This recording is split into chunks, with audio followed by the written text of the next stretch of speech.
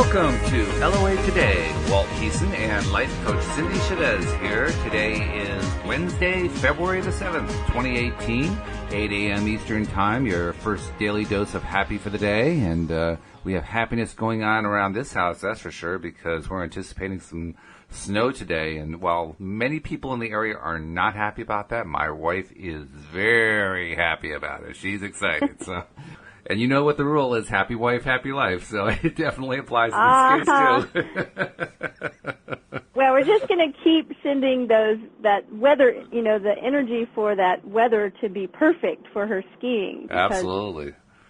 Yeah, I think you said you wanted to tweak it by a couple of degrees colder, right? So yeah, they're also saying that it could turn to ice, and we don't want that. So we want to make it a little bit colder so that it's pure as the driven snow, as they say. Yes, perfect. But yeah, that's the good news for today. And she's just, she woke up early this morning. Often she sleeps in. Not this morning. Right. She wanted to check, is there any snow on the ground yet? Yeah. Oh, that's so cute. It reminds me of, when my kids were little, and of course we live, down in the south where there is no snow, and there would be word that, we could get snow. It's going to be a miracle, but we could get snow, and they were getting up early and running out and looking, is it here, is it here? Oh, yeah. And we did actually get snow, so that's good. I hope fun. She has a great time skiing. That's I'm wonderful. sure she will. And plus, we also had a really nice time last night. I think I mentioned to you previously that we have made some new LOA friends in the area, in the local area. And there's one particular couple that we really like. And we got together with them again last night, went out to dinner, had a great time. And just like the last time, we closed the restaurant. The staff are standing around saying, when are we going to get to go home? But we're having a great time. Well, good. Yeah. That's great, when you can be with people that are like-minded, and that's a vibe lifter in itself. Plus, they're like, you and I and the others on the podcast were laughing all the time. That's what it was like last night. Everything was just laugh, laugh, laugh. In fact, before we met up with them, they were, she actually runs a local sort of a new agey theater called the Buttonwood Tree. And this particular last night's activity was a thing called laughter yoga. Have you heard of that, laughter yoga? I have, yes. Okay, well, they were doing laughter yoga, so they were all warmed up before we even got there. And, so once we got together, it was even easier. We were just laughing at everything. Laughter yoga, I have never done it like in a class, but I have seen it done, and I have, watched some videos, and it's so funny because at the beginning, it's so just ha ha ha ha ha, forced. Right.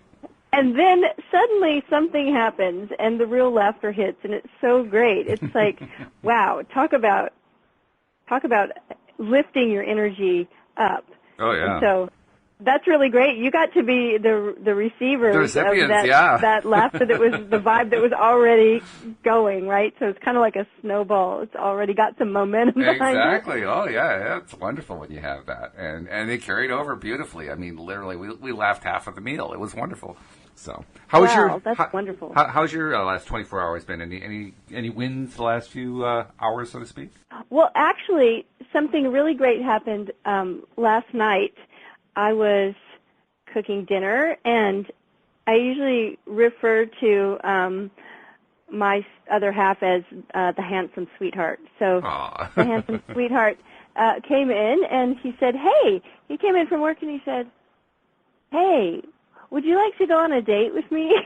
Oh, wow. And I said, "Really? Sure." Because we always joke that, like, everything's a date with us. We go on a date all the time. That's good. But I had forgotten that next week was Valentine's Day. Ah. And so I thought he was just playing, and I said, "Sure, when is this date going to happen?" And I think I made a joke. I said, "Well, I'm not sure. I'll have to check my calendar."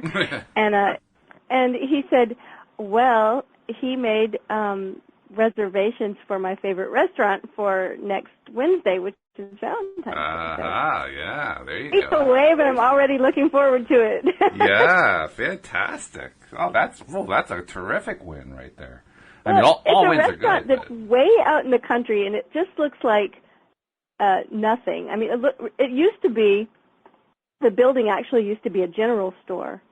like, 100 years ago. Mm-hmm. And they've made it into a restaurant, and it still looks like what you would think of as a kind of just a little wooden general store from the outside, but it has, like, famous cuisine, and it's not fancy on the inside, but what's funny about it is that it's kind of kitschy on the inside, but the food is really fancy. So it's like you could put that food in a very, very elegant, room, and it would fit. But so it's kind of just a fun place to go, but the food is out of this world, and so I'm excited about that. That's great, though. That's really good. Yeah. And, well, actually, there's something else starting next week, because next Tuesday night is the first night that we're going to be doing a nighttime episode, a nighttime time slot for LOA Today. Tom Wells and I are going to be doing a slot on Tuesdays from 9 to 10 p.m. Eastern Time to give people who can't normally call in during the day an opportunity to call in, because we really want to build up the opportunity for people who just want to call in and chat, or if they got questions, or they want to share wins, or tell us about their latest LOA story. That's what we're hoping is going to happen. So just want to keep telling everybody every day that we're doing the podcast, mark Tuesdays from 9 to 10 p.m. Eastern Time on your calendar, because if you've been wanting to call in, that's going to be the time to do it. Awesome. And actually, people can call in any time that they're listening to us live. Yeah, definitely. Yes? They can call in during the morning show, the afternoon show, and then, excuse me, they're more than welcome to call. The number will actually be changing soon, but right now the number is 860-264-5432. And by all means, if you are able to call in during either the morning or the afternoon time slot, feel free to do so. We'd love to hear from you. Yeah, and so if you're used to listening at a later time via recording, just so you know, you can listen live and you can call us. So that would be great. And by the way, if you don't know where to listen live, just go to the homepage, loatoday.net. There's a player right there. That's where you can listen live. So sometimes I forget to mention that. But yes. Very good. There's got to be a time there's got to be a time slot for you, right? And if not, there's the recordings. But goodness, there's lots of opportunities to listen with all these shows that are going on, and really excited about that Tuesday night. Yeah, me too. I think it's going to be fun. I think it'll be interesting to see, how long is the queue going to be, so to speak. Will people be calling in? First of all, will they call in at all? I mean, that's the first question. You always want to know, are they really going to do this? And then if they do call in, is it going to be like, one person, 5 people, 10 people? I don't know. We'll find out. I don't know. I'm expecting the phone to be ringing, though, for sure. I think it probably is going to. Yeah, I think it's going to be fun. So another thing that's kind of fun is our topic, because, excuse me, you came up with this one. I should probably let you introduce it because it is your topic. But we've been doing a book theme lately, and you found an interesting one to talk about. Yeah, well, this is actually one of my favorite books. And, I've been kind of racking my brain to, when did I know about this book? How did I hear about this book? I think I bought this book 20 years ago, and it's The Game of Life and How to Play It by Florence Scovil Shinn. And I'm looking at it. It's a small book, and not only is it small, but I'm looking at it right now, and my copy is dog-eared and highlighted, and 93 pages. So wow. It's small. It's not a big, wide book that's 93 pages. Like a it's pocket a small book. So it's not very big. I've read this book. There are a handful of books that I have always read sort of over and over, and this is one of them.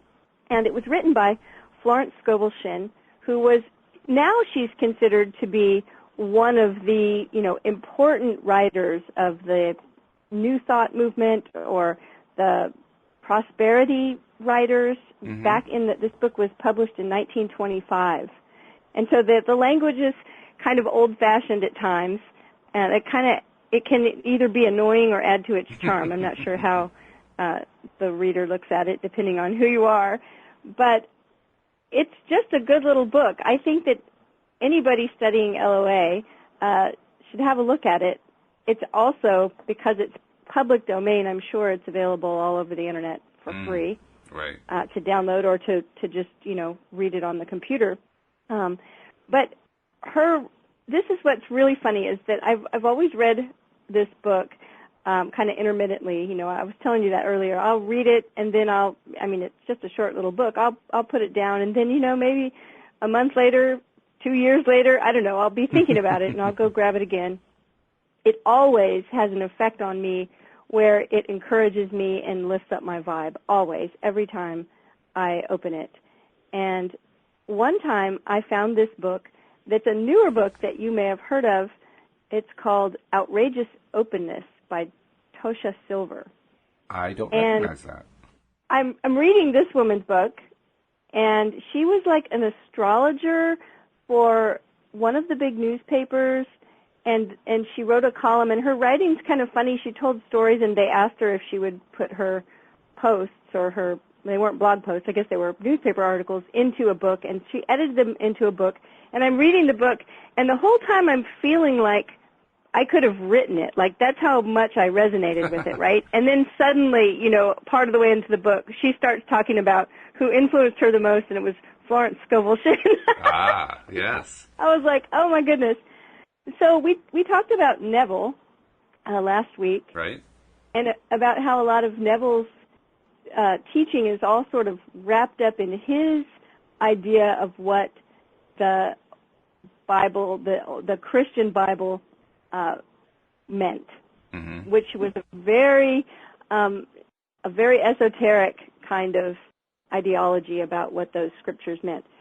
Florence Scovil Shinn is right there, but not quite as, you won't see it as much, but she does talk about spiritual law. That's like her big thing. And if we talk about the law of attraction, you know, that's kind of an interesting question. Well, what kind of a law would you say law of attraction is? I would describe it as a universal law. Okay. Okay, good. Yeah, because that's what I was like, what adjective do we put on it, right? Yeah. And I get that directly from Abraham Hicks. I mean, they describe it strictly as a universal law. In fact, Abraham says it is one of only 3 truly universal laws, and one of those is not gravity. According to Abraham, gravity is actually a localized law, which is interesting. Okay. Well, I mean, okay. Well, that's a good point, though. Yeah. Physically, that would be true, right? I guess it is. I mean, I don't know enough about the Einsteinian theory of relativity to know exactly how to address it, but it's certainly conceivable to me.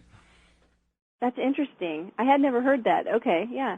So Florence Scovil Shinn was a very, very popular lecturer and speaker. She's actually an artist, an illustrator. And then she started speaking and lecturing, and I don't know if the speaking and lecturing came before the book or after. But it's funny in her language. Like, for instance, people would come to her because they were having problems, and she was, you know, that's what's funny is today we hear the word healer a lot. Right. Right? And so someone has a problem and they go to this healer, or they go to an energy worker maybe. And with her, people would be having problems and they would come to her, and they would come to her for, and the word used in the book is a treatment. Okay. And now she would say, okay, she would give them like maybe an affirmation or something and say, okay, now you go on, I'll treat, you go, I'll treat. And I'm like, it was almost like she was using this word instead of the word prayer. Yeah. Right? It's like instead of saying, okay, I'll pray, you go, it's like, I'll do the treatment here. And it cracks me up because some of the language is really funny. It's not really language that you hear. But, you know, we're talking, it's almost, 1925. Think about that. Yeah. It's almost 100 years ago. So, oh, yeah. So, of course, the language is really different. But she talked about there being 3 departments in the mind: the subconscious, the conscious, and the superconscious. She says the subconscious is simply power without direction. It's like steam or electricity. It just does what it's directed to do. It has no power of induction. Whatever man feels deeply or images clearly is impressed upon the subconscious mind and carried out in the minutest detail. She says that the conscious mind is the mortal or carnal mind. It's the human mind. It sees life as it appears to be. It sees death, disaster, sickness, poverty, and limitation of every kind, and it impresses the subconscious. And then she says the superconscious mind is the God mind within each man, and it's the realm of perfect ideas. She says, in it is the perfect pattern spoken of by Plato, the divine design, for there is a divine design for each person. There's a place that you are to fill and no one else can fill, something you are to do which no one else can do. There is a perfect picture of this in the superconscious mind. It usually flashes across the conscious as an unattainable ideal, something too good to be true. In reality, it's man's true destiny or destination, flashed to him from the infinite intelligence which is within himself. So that was kind of in a nutshell where she starts.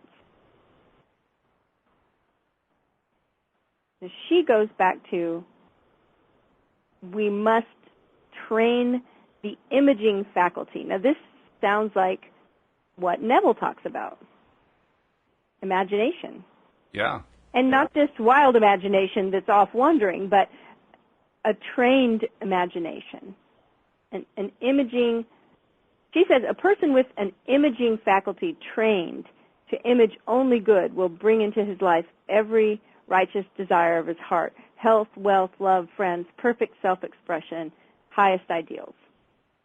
It's interesting, too, this whole concept of the subconscious, conscious, and superconscious minds, because I did a little quick look-up while you're talking about that, and there was a contemporary of hers from India who taught the exact same concepts.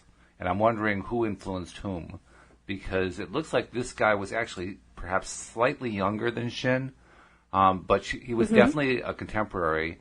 His name was Paramahansa Yogananda, and he was a yogi. He was a guru from India, from Gorakhpur in India, and he lived in the United States. He even died in the United States. I wonder if he was an influence on her, or her on him, or some combination. It's interesting because it reminds me of Neville and Abdullah. Oh yeah, right. Like Neville got some of his ideas, learned them from a teacher, Abdullah, that came from somewhere else. I can't remember where. And then that would be interesting to do a little research and find out what their connection was, or if there was a connection. If there was but one, she does talk about things. That's what I'm saying. She talks about karma, and I think you're right. I think it would be great to kind of go through these laws that were very present in her book, and karma was one of them. And to me, that doesn't seem like something that would have been talked about in 1925 as much in these kind of like churches that these people were speaking in. But I don't know that she was speaking in churches. I just know she was a lecturer. She does use Christian scriptures a lot, but she weaves them in and out from, with some other ideas that are not strictly Christian. Oh yeah, I can say for with a high degree of confidence, if Shinn had been discussed at all in the churches of that time, it would probably have been in the context of she's damned and going to hell, because bringing up concepts of karma and so forth, that's heathen talk. You don't do that, right? So yeah, she definitely would not have been accepted in the church. She talked a lot about like inspired action. She says always follow a hunch. Aha. That sounds very familiar. Talking about intuition. As a matter of fact, Louise Hay, who had, Louise Hay is just not with us any longer as of this year, I think. Mm-hmm. Yeah, she just passed on. But her publishing company, someone wrote to her, and they had some writings of Florence Scovil Shinn that had never been published, and she bought them and she published them. And it's a book called The Magic of Intuition. I don't have that one in front of me, but I do own it.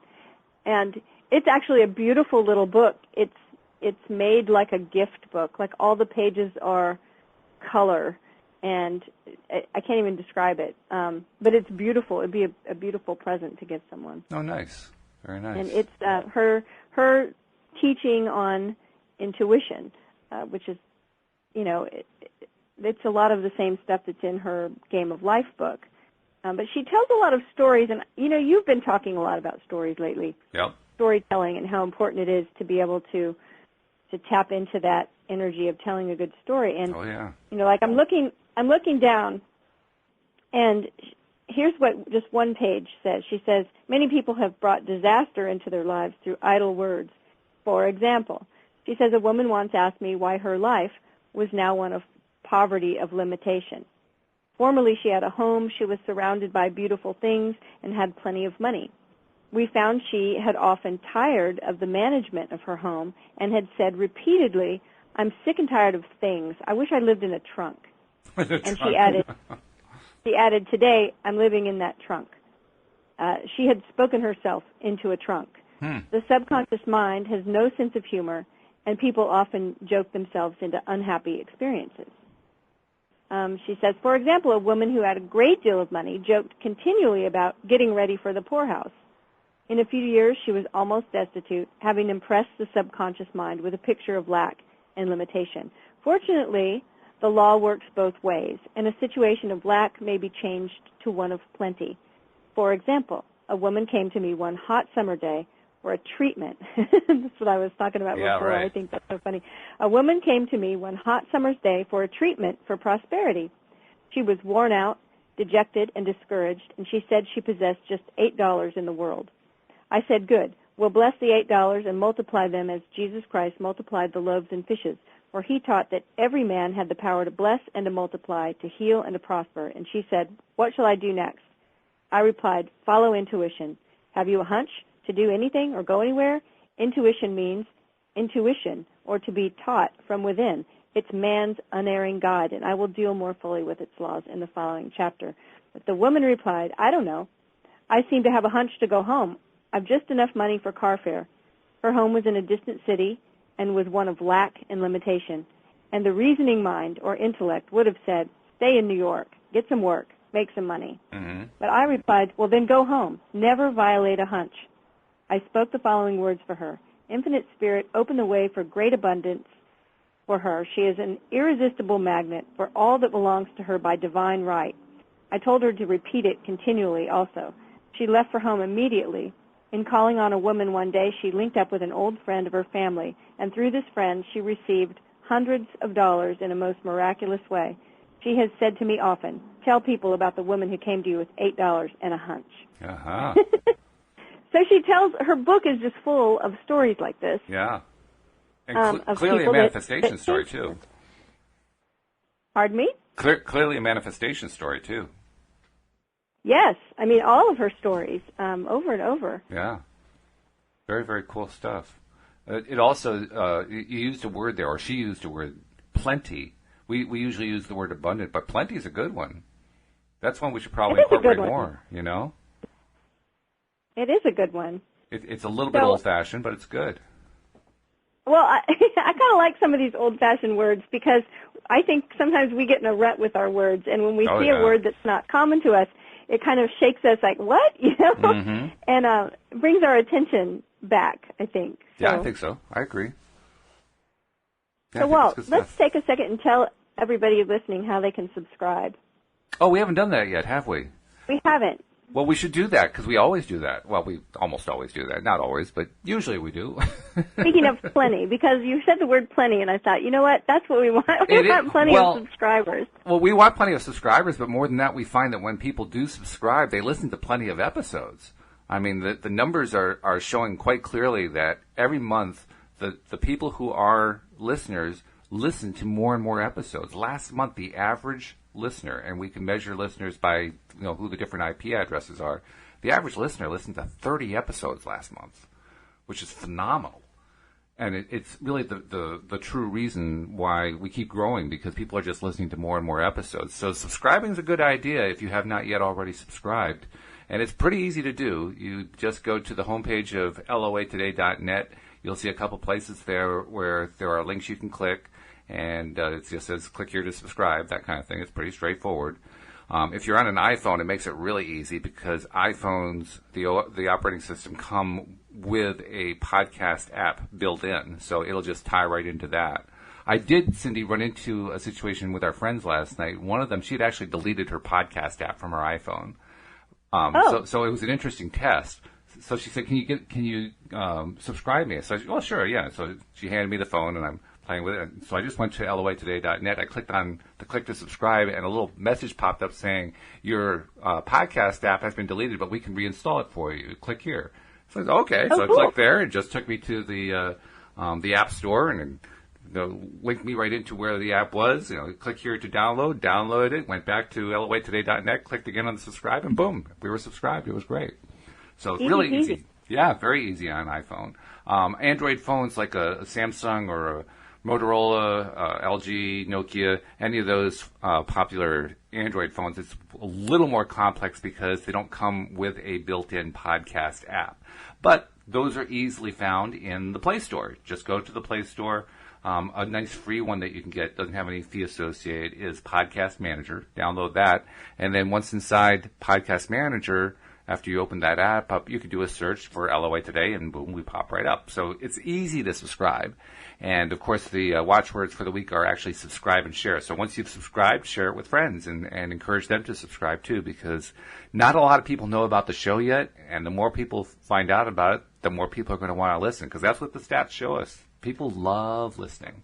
So there you have it. Here's the thing, is that the whole idea about you are what you eat? Yes. And then you hear people say you are what you read, right? Well, it's you are what you take in, right? And so the more you connect with these ideas and with, like you last night, having dinner with your friends who also practice, conscious creation and know about the law of attraction, the more you take in on that level, then the more it feels natural, and the more you start operating in that vibration where it gets easier and easier. So that's the thing about listening, is that it's not just our podcast, it's law of attraction and what you read and what you hear and who you talk to, and when all those things come together, you will start noticing big shifts in your life, just because that's where your mind is focused. That's true, yeah. Plus, we also make it fun. So we know for a fact that we do. I mean, there's no doubt about it. And we get a lot of feedback telling us they like how fun it is. But there's also no doubt, and the scientific research bears this out, when you are feeling good and when you are happy, all kinds of things happen. Happiness leads to success. We're seeing that from the positive psychology movement. They're showing repeatedly people who start off happy and then go for success get to success a lot easier. People who laughter has been proven by the medical establishment to be a healing agent. So laughter will help you lead. We help you laugh. We help you heal. We help you get better because you're the one doing the laughing. So there are a lot of direct, actually scientifically verifiable benefits. And I won't claim that anyone has ever done a study on LOA Today to see if LOA Today causes healing. That's not my claim. But certainly the things that we engage in are things that are proven to be healthy. So just wanted to throw that. Sure. And well, yesterday, I mean, the articles that we were looking at in the podcast that we did yesterday about scientifically, proven ideas that supported happiness. Mm-hmm. And that first paragraph, which you were just talking about some of it right now, was kind of mind-blowing. It was like people that are happier are more often married. They're more often happily married. They make more money. They like their job better. They're healthier. Yeah. It's like, it was the list of what everyone says they want. So it reminds me of the study that was done on the nuns. I think I told you about the nuns study. In 1930-ish, somewhere around there, the Catholic Church, the Mother Superior of the Church in the United States, sent out letters to all of the nun novitiates, basically asking them to send in a little biography about themselves and to talk about themselves. And in these biographies, the nuns spelled out a lot about what was in their lives. They were asked to say why they wanted to become nuns. And much later on in the 1980s, the earliest researchers of the positive psychology movement found this trove of information, asked for permission to access it in more detail, and they took these various nuns' self-written autobiographies and passed them out to people who were not involved in the study and just asked those people to evaluate. If you would evaluate this person, would you say this person was optimistic, pessimistic, somewhere in the middle? They had like a 5-point scale. The ones who the independent evaluators said were very optimistic were something like, they were expected to live like 20 times longer, not 20 times, 20 years longer than the ones that the evaluators said were pessimistic. And they based that on what actually happened to these nuns because they know what the history of the nuns were, right? So they found out that the ones who start off with an optimistic attitude live 20 years longer and healthier lives and happier lives. I mean, there's science proving very, very clearly that your happiness level directly impacts what goes on later on. And, by the way, there is good news too. The good news is if you are a pessimistic person who wants to turn optimistic, that still pays off. Because there's another study that was done with a bunch of older men in their, I think they were in their 60s and 70s. This was done in the late 1970s. And the study was set up so that all the men in the study were tested for various physical traits and so forth, strength and eyesight and, a whole bunch of stuff like that.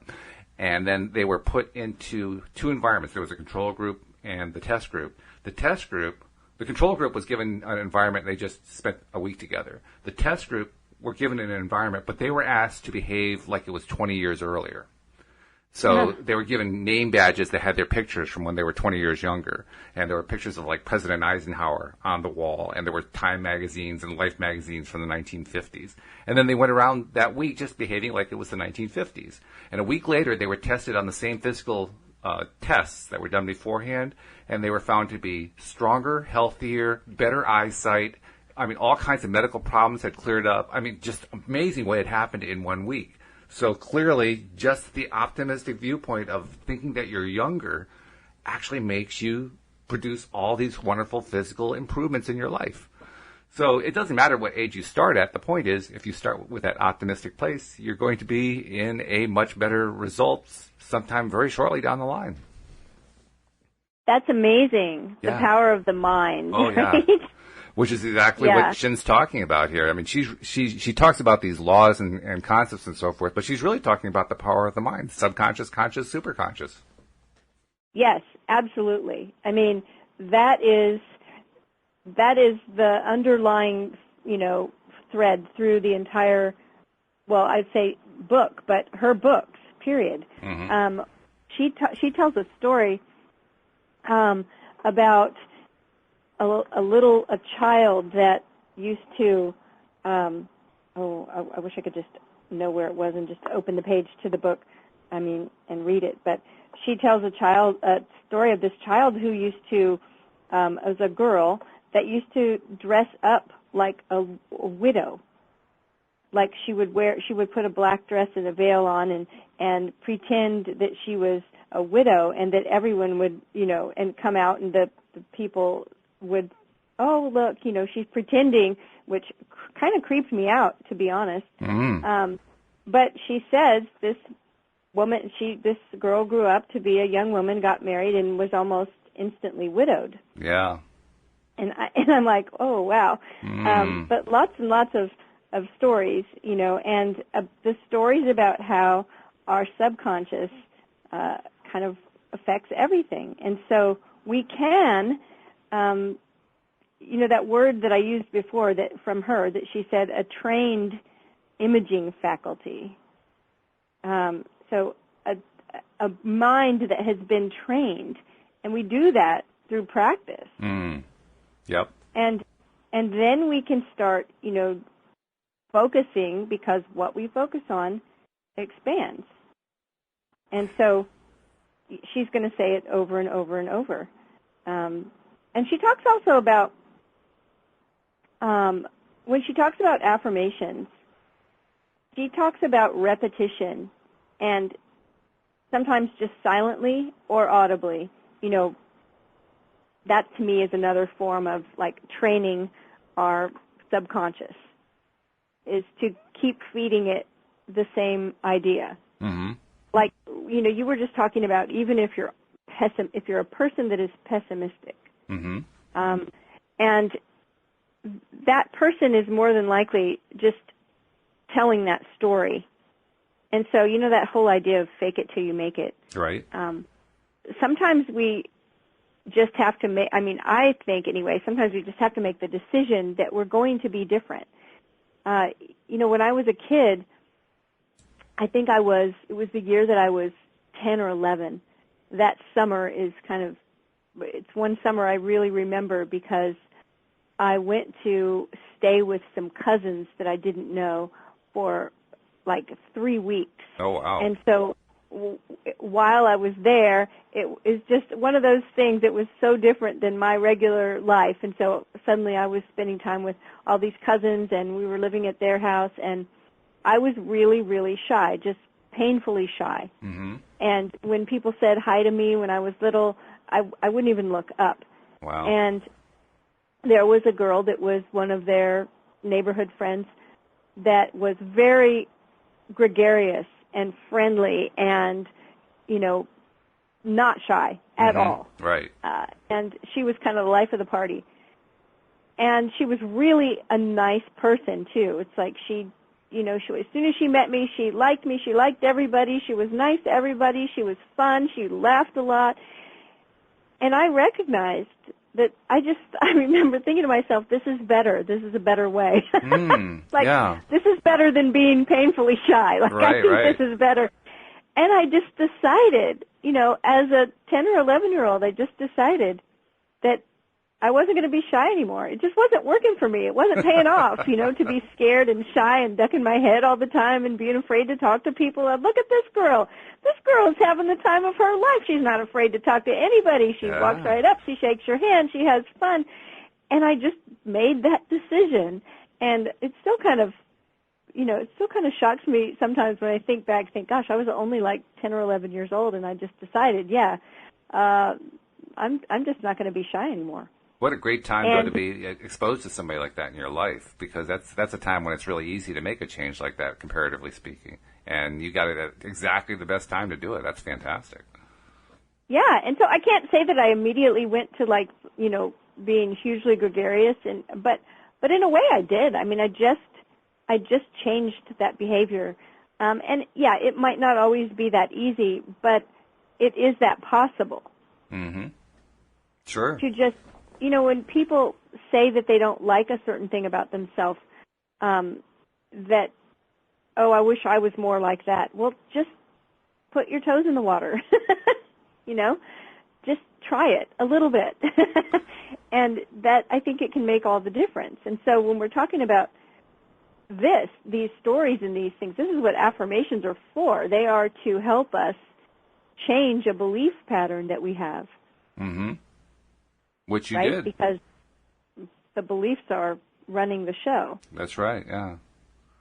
I was reading a Wikipedia article about the book, because I don't have a copy of the book, and it was enumerating, I think it's 7 laws that Shinn names in the book. The first one being the law of expectancy, which ties in directly to what you're talking about here. According to the Wikipedia article, Shinn emphasizes the power of the imagination to bring about life events. So you described a couple stories like that. And then there's a quote, I presume from the book, whatever man feels deeply or images clearly is impressed upon the subconscious mind and carried out in minutest detail. Well, that pretty much describes your experience with your new friend. Yeah, true. Because she made a deep impression. Expectancy. Yeah. I like the way that sounds, right? Because, because it's forward looking, and it's saying that I can expect what I'm focusing on to play itself out in reality. Mm-hmm. Yeah. So, you said whatever man feels deeply. Yes, whatever man feels deeply or images clearly is impressed upon the subconscious mind and carried out in minutest detail. Yeah, so there we're going back to what we talked about last week with Neville about that, feeling assuming the feeling of the wish fulfilled. Right. the feeling, to feel it deeply. And that's one thing that I encourage myself sometimes to not just make an affirmation, which can be really simple. It can just be like an I am statement, like, right? But to not just make that statement, but to feel it, which takes some time. I don't mean, huge loads of time. It might just be a few seconds, but we have to be conscious of it, of taking the time to feel it, taking the moment to say, what would this really feel like? There's even an exercise about that where you use all 5 senses to connect to whatever that affirmation is. Mm-hmm. So in other words, if I make an affirmation that I am creative, then I might take all 5 of my senses and figure out how that creativity plays out through my senses. Mm-hmm. So when I'm painting, I might think, oh yeah, I can feel the paintbrush in my hand. I can smell the paint. I can taste the coffee that I'm drinking while I paint. It's like going through, because then you're involving all of your senses, and it helps you to have to be able to feel it, because we want to feel it. It's the feelings. I sound like Neville now, but the feelings are the key. And so using our imagination to bring things about, I like that she tied that in. Okay, I like that too. The law of expectancy. What other ones are there? I just wanted to comment too. It's one of the things that Abraham emphasizes a lot, that it's the combination of what you focus on and how emotionally strongly you focus on it that is what enhances the vibrational essence of whatever thought you're creating and whatever manifestation you're leading up to. So again, once again, reinforcing this whole idea, the emotion drives it. The emotion makes it powerful. Yeah, what is the, that's actually, I think, my favorite Abraham Hicks book, is the one that focuses on emotions. Right. And I can't think of the name of it. It's actually called The Astonishing Power of Emotions. David and I are talking about it on Sundays now. But yeah, it's a terrific book. Oh, you're doing that. When is that happening? We started 2 Sundays ago. David and I, of course, do the Sunday broadcast, and we've done it for 2 weeks now, and we're just going to keep working until we're done with the book.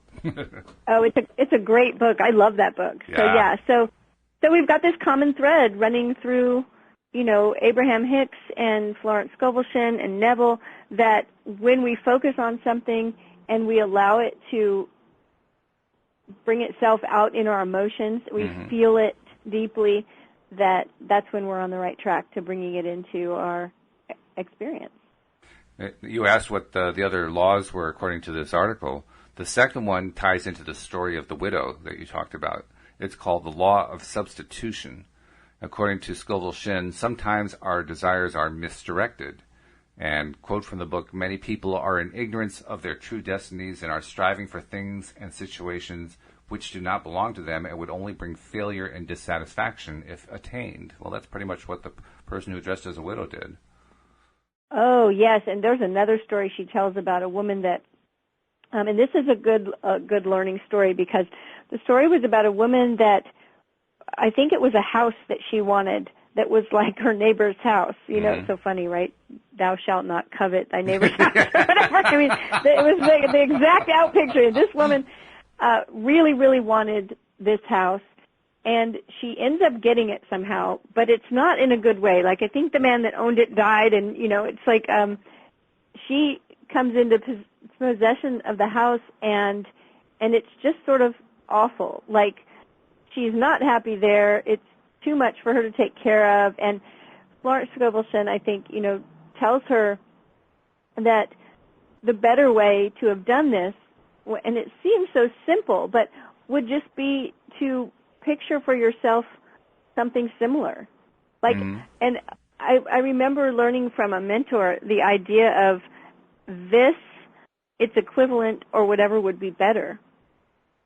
So when we're wanting to, attract a certain thing or consciously create a certain thing or experience, we can tack on this the equivalent or whatever would be better. And I've also heard people tack on, like, for the highest good of all, right? It's like, yeah, I really want that house, but I don't want somebody to have to die for me to have it, right? So that's interesting because I do not recall ever reading that, the law of substitution, but that's interesting. So, let's see, does it say where in the book it is? There is a little note saying, oh, no, wait a minute, where it is. Yeah, no, it's here. There's the concepts discussed in the book. Oh, I have no doubt it's there. It's one of those words that didn't stand out for me right away. But that's really interesting that, I just like that it's summed up in a concept like that, the law of substitution. So it's like you're trying to attract something that's, she talks a lot about things being your divine right. And so that may or may not line up with, personal beliefs about attaining things, but it lines up with her idea of the law of substitution because it sounds to me that I think you said misdirected. So it's like you're desiring something that is not for you to have. And the truth is, I think, is that there's always, it's the reason why we shouldn't get too tangled up in the hows and too attached to specific outcomes, because in my experience, the universe usually has something even better in mind. So it's this, it's equivalent or whatever would be better. If you're looking for, let's say you're trying to get a particular job, well, maybe there's a better one that you haven't even recognized. So it's this or it's equivalent or whatever would be better. Yeah, I'm not sure I completely agree with her phrasing, but I understand the sentiment behind it, and I think the sentiment has value to it. The phrasing doesn't quite work out. I mean, she talks about situations which do not belong to you. Well, that basically says that you are not allowed to want something that somebody else has because there's only one of them, and so you'd basically be stealing from somebody else. And Abraham has taught us pretty clearly that's not the way things actually work. There's really no way to do that because there's plenty of abundance for everybody. But I think the value in what she's saying is if we take it as if you are focusing on something that somebody else has and it doesn't make you feel good to do that, it's not a good feeling thing, then you're setting yourself up for failure. And I think that would be really, really accurate. It's not exactly what she's saying, but I see this a lot with people who want to attract a relationship, and it's a relationship with someone who's, already in a relationship, or it's right. And I think it would be the same thing with wanting to attract. Maybe I'm, wanting to attract a job or a position, and there's already someone happily doing that job. Yep. Mm-hmm. The situation with the relationship with somebody who is trying to attract somebody else who's already in a relationship, I find that almost exclusively people who are wanting to do that are themselves people who are exhibiting very strong codependent tendencies. They want this other person because they think this other person is going to fill those gaps in themselves. And in the process of filling those gaps, they're going to feel better, which is the wrong reason to find a relationship because you can't build a stable relationship on that. That's why codependency doesn't work. But that's basically what they're doing, Exactly. And so that's what comes up for me when I hear that description that you read of, misdirected desires. I'm like, I can see a couple instances of that, that it's always going to be better to be a little more open to the universe and to tapping down into, like what you said, it's like, I have had people email me, like, about an ex, and it's like, I have to get this person back in my life. Like, they're desperate. Yes. And it's exactly what you said. It's because they think that that person is going to answer something for them, a need they have, and that couldn't be further from the truth. The desperation tells us otherwise. The fact that they're so desperate for that person proves that they're not trying to attract the person for the right reasons. They're trying to attract the person in order to basically avoid themselves having to work on something in themselves. They want that other person to do it for them. Right. No, that's true, and that's why, the relationship that we have with ourselves, it's the one that has to be worked on. Oh, yeah. and then all the other relationships they'll work themselves out, right? Louise and I often talked about why is it that we waited so long in life before we met, because we didn't meet till we were in our 40s. And we very quickly realized we wouldn't have wanted to know each other earlier on because we had too many issues to work out. Well, it's funny. I think there was, and I don't watch TV, but I get every once in a while I hear certain shows. Wasn't there a TV show, something like The Starter Wife or something like that? It sounds vaguely familiar, but I don't really know it. We hear people talk about,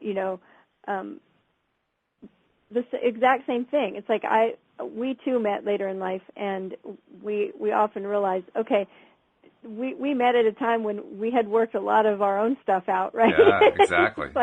And we knew who we were, and we knew, and so yeah, that makes a difference. But okay, so the law of expectancy was the first one, and the law of substitution was the one right that we're talking about now. And then what's next? The next is the law of karma, which she describes as the law of cause and effect, and she draws the concept of sowing and reaping as the example of it. Okay. Sowing and reaping, whatever we sow. Right. Okay. And that's followed by the law of non-resistance, which is considered a corollary to the law of karma. And it basically is, do not react to a negative situation with more negativity, as that will bring back more harm down the track. Okay, well that's interesting, because I always like to point out that non-resistance is imperative to conscious creation, right? I mean, when we get resistance, then that's when things stop happening for us. But it's not always meeting a negative situation with more negativity. Right. Right? Sometimes it's just being, and I'm not talking about non-resistance now, I'm talking about resistance. Right. Sometimes resistance comes when we're just too attached to a specific outcome. Exactly, yeah. So her version is a much more limited version than what it really could be. I would agree with that. Yeah. So we've got, and I think that karma and non-resistance in this instance, sounds like she's tying them together somehow. Well, according to this, it's saying that she considers non-resistance to be a corollary. I might call it a special case of the law of karma. Oh, got it. Okay. Yeah. Okay. It's what follows. Okay. Right. So the law of karma is, she's saying, kind of what comes around goes around, right? Whatever we put out there is what we're going to get back. Which is very deliberate creation. Yeah, I have my own teaching on karma. I don't know if it would. I think karma is what happens when we don't make a plan. Okay. I've heard worse definitions of karma. I think that one's actually a pretty good one, so that I can live with that one. Well, it's sort of like the obvious thing that happens when things just start rolling, and when we can actually make a plan to change things. It's sort of like that story we tell. Oh, I'm pessimistic. That's just how I am. I'm a pessimist, blah, blah, blah, right? And so that ball's just going to keep on rolling. Yeah, that's true. And it's going to just create what it creates until I make a plan to change it and say, I'm tired of being shy and I want to be the gregarious one. I'm tired of being a pessimist. I think I'm going to start bringing some more positivity in my life and move towards optimism. And at that point, all that karma that's, if you want to call it that, that's snowballing, it often shifts and changes. So, okay, we won't get off on a tangent there, but we've got karma and non-resistance. Yeah. I think we've covered 4. That's 4, right? The fifth one is the law of forgiveness, and it says the law of forgiveness or grace is a higher law. Quote, Christianity is founded upon the law of forgiveness. Christ has redeemed himself from the curse of the karmic law, and the Christ within each man is his redeemer and salvation from all inharmonious conditions. Oh, okay. So now she's really tapping into the Christian thing. Yeah, that's really pretty heavy. Now, what I think is interesting is that she and Neville both do this. Yeah. And when they talk about forgiveness, now this is interesting, I think. They talk about the definition of sin as what we know that the actual definition is just missing the mark. And so, I mean, in the original language, missing the mark. If you picture shooting a bow and arrow at a target and you miss it, you miss it. And so forgiveness, I think it's Neville that says the forgiveness of sin is just doing it over and making the mark. It's just fixing it. It's just getting the arrow and shooting it at the target, right? And so it takes a lot of that kind of really heavy, judgy kind of right definition out of that. It's like the law of forgiveness is just setting it straight. It's just like, okay, I'm going to forgive this pessimist part of me, and I'm going to be an optimist. I'm just going to move towards that direction. I want to hit this optimism mark. I think it's a lot. I think it also includes the idea that if you miss the mark, be easy on yourself. Forgive yourself. It's not that big of a deal. Let go. Okay, so you missed the mark. Big deal. Yeah, and it's not, this is what's interesting. She says, even using, you said, redeemed us from the curse of the karmic law. And so that's what I'm talking about. It's like inharmonious conditions. It's like these things that got created because my mind was dwelling on this, thing I didn't want to happen. I was dwelling on these situations that might come to pass, and it's like that's kind of, I think you could wrap that up in that curse of the karmic law kind of statement and say, no, we're gonna redeem ourselves out of that. We're gonna aim at a different target here, and we're just gonna adjust this, and that's the forgiveness part. We've made it into something really heavy, but I don't think it has to be. I don't think I think it's actually making a mountain out of a molehill myself. Yeah, I think so. All right, and so okay, so let's see. We got two more left. We got the law of use, and Shinn explains. Oh, I love when she talks about this. Oh, okay. Well, maybe you should talk about the law of use. Well, what does it say? It says many people are in ignorance of the fact that gifts and things are investments, and that hoarding and saving invariably lead to loss. She tells a story one time of a woman that collected jewelry, necklaces, and I think she ends up like losing them somehow. But what the point she makes is that she never enjoyed them and she never wore them. She just kept them away in a box. She just collected them and didn't, use them and enjoy them. And you talk. Did you use the word hoarding in there somewhere? I think? Yeah, it says, and that hoarding and saving invariably lead to loss. Yeah, and so it's the idea that, yes, it's fine for us to have an abundance, and we also need to use it and be willing to let go of it and enjoy it and share it and not hoard it in the sense of, not even enjoying it for ourselves. And I think it's really important. I think that law of use is really important to pay attention to. We need to be using what we're given and enjoying it and being willing to share it and not holding so tightly to everything. Okay. And then the final one is the law of love. And she quotes Jesus saying actually this isn't a perfect quote, but it says, every man on this planet is taking his initiation in love. A new commandment I give unto you, that ye love one another. So. Oh, well, that's the perfect one to end the show on, right? Yeah, right.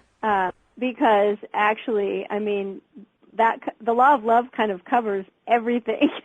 It does. Right? So it does. If we make every decision that we have on love, and self-love included, yes, then I think that all of these other laws will serve us well, because that's the main one there. That's the important one. All right. Well, there's Florence Scovil Shinn, and I'm glad that you brought her to our attention. So this has been well worthwhile, and we just barely used up the time perfectly. So not even much time left to say subscribe and share, except we will say subscribe and share. And Cindy, someone who's looking for some personal attention, how do they get a hold of you again? Oh, they can find me online at cindychavez.com, CINDIECHAVEZ.com. Come find me. Say hello. There we are. Okay. Cindy, been great. Let's do it again next week. Let's do it next week. All right. Sounds good to me. We'll see you all later as well here on LOA Today. Goodbye, everybody. Bye, everyone.